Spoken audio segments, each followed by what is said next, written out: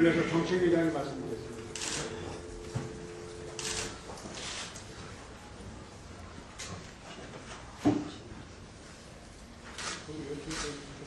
우리 국민은 어제 합동조사단이 발표한 소위 천안함 생존자들의 합동기자회견을 지켜보았습니다.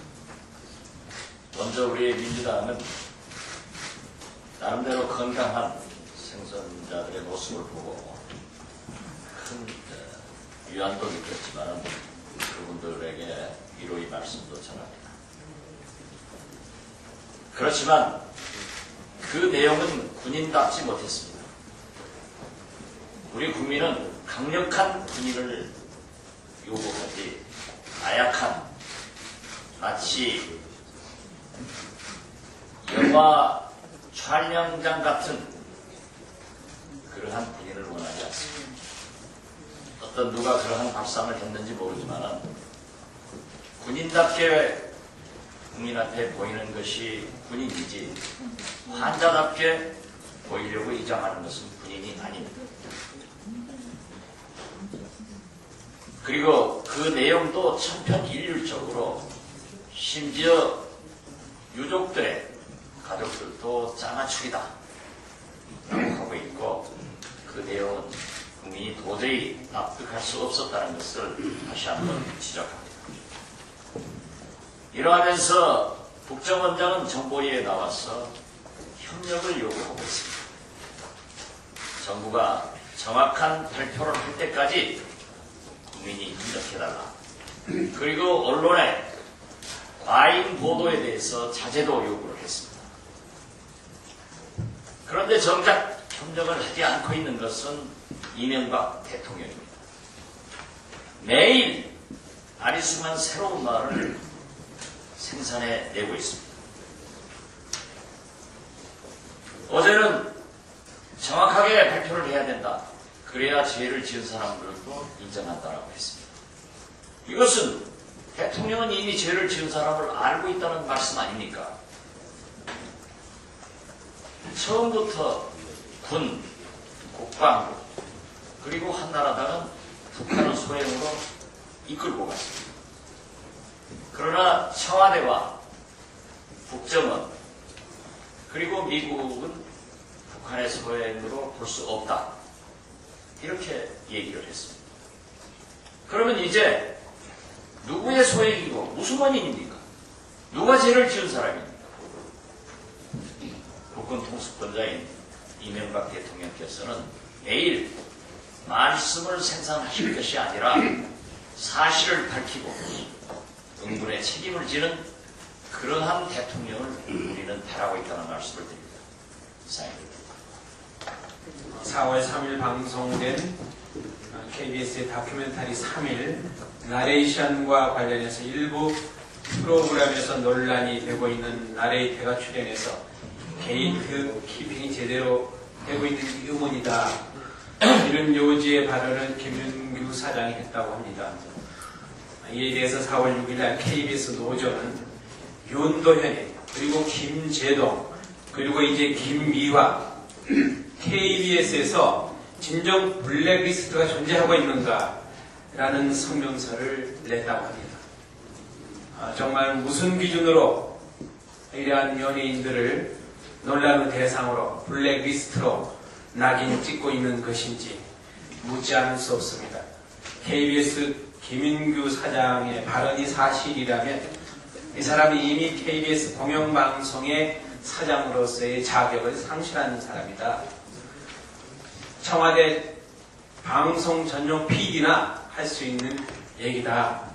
KBS 임원회의가 나레이션 선정위원회도 아니고 특정 연예인의 목소리가 적절하지 않다고 결정사항을 제작 현장에 내려보내는 것은 명백한 제작진의 편성권을 간섭하는 행위다.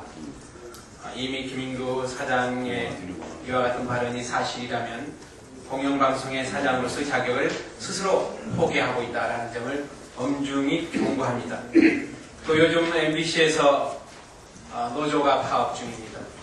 900여 명 노조원 중에서 500여 명이 조합원에 참석해서 총파업을 했습니다. 이것은 이명박 정부 들어서 네 번째 파업이라고 합니다. MBC 노조 파업과 관련한 모든 책임은 소위 큰집이라고 하는 청와대, 그리고 MBC 김재철 사장, 또 해외선 도피 의혹이 있는 김우령 전 방문진 이사장의 책임이라고 하지 않을 수 없습니다. 민주당은 MBC의 조인트 사건을 백일하에 규명하기 위해서 수차례 한나라당의 청문회 또는 국정조사를 요구하고 있습니다.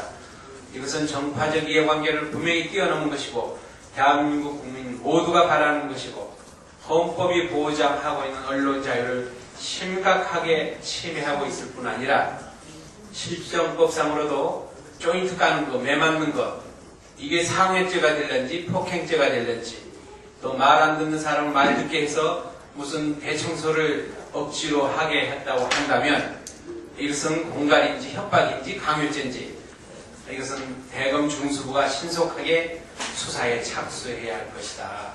국회는 하루속히 MBC 사태와 관련해서 청문회 또는 국정조사를 조속한 시간에 실시하는 것이 언론의 자유를 지키고 대한민국의 민주주의를 지키는 것이다. 다시 한번 강력하게 요구합니다. 이상입니다. 예. 이명박 대통령은 지난 6일날 오전 청와대에서 열린 국가교육과기술자문회의에서 요즘 국민들이 실망하는 것은 교육 비리 문제다 이렇게 말씀하시면서 사회제도상 교육감이 선거로 선출되게 되면서 이런 부정이 일어나지 않았나 생각합니다. 이렇게 말씀하셨습니다. 교육감을 국민이 직접 뽑았기 때문에 교육계의 비리가 발생하고 있다. 이런 대통령의 상황인식에 상당히 실망하지 않을 수 없다. 이런 말씀을 드리겠습니다. 현재 우리 국민들은 모두가 다 알고 있습니다. 현재 언론에서 많이 보도가 되고 논란이 되고 있는 것이 그동안 이명박 대통령의 교육정책의 전도사를 자처하면서 당선되었던 공정택 전 서울시 교육감의 비리 문제가 핵심이라는 것을 다 알고 있습니다. 그렇다면 공정택 전 서울시 교육감의 개인적인 성향이나 비리 문제냐, 아니면 공정택 서울시장이 그렇게 강조했던 이명박 대통령의 교육 정책이나 교육 방향, 교육 수단이 문제냐, 여기 대해서 깊은 성찰이 있어야 될 것이라고 생각합니다. 그동안 이명박 정부에서는 학교와 학생들을 무한 경쟁 속에 몰아넣는 그런 교육 정책을 시행해 왔습니다. 이런 교육 정책 전반에 대한 검토, 또 교육감, 공정택 교육감 개인에 대한 검토, 이런 것들에 대한 충분한 검검이 있어야 된다고 생각합니다. 이러한 발언은 특히 이번 교육감 선거와 관련해서 김상곤 정기교육감을 비롯해서 전국적으로 높은 지지와 관심을 받고 있는 진보적 성향의 교육감 후보들의 어떤 부상에 대해서 위기 의식에 빠진 이명박 대통령의 견제 심리가 작용한 것이 아닌가 판단되고 있습니다. 교육 비리의 근본적 문제를 해결하지 않고 책임을 교육감 직선제로 전가하는 이명박 대통령의 발언은 6월에 있을 교육감 선거구에 찬물을 끼얹는 그런 발언이라고 볼 수밖에 없습니다.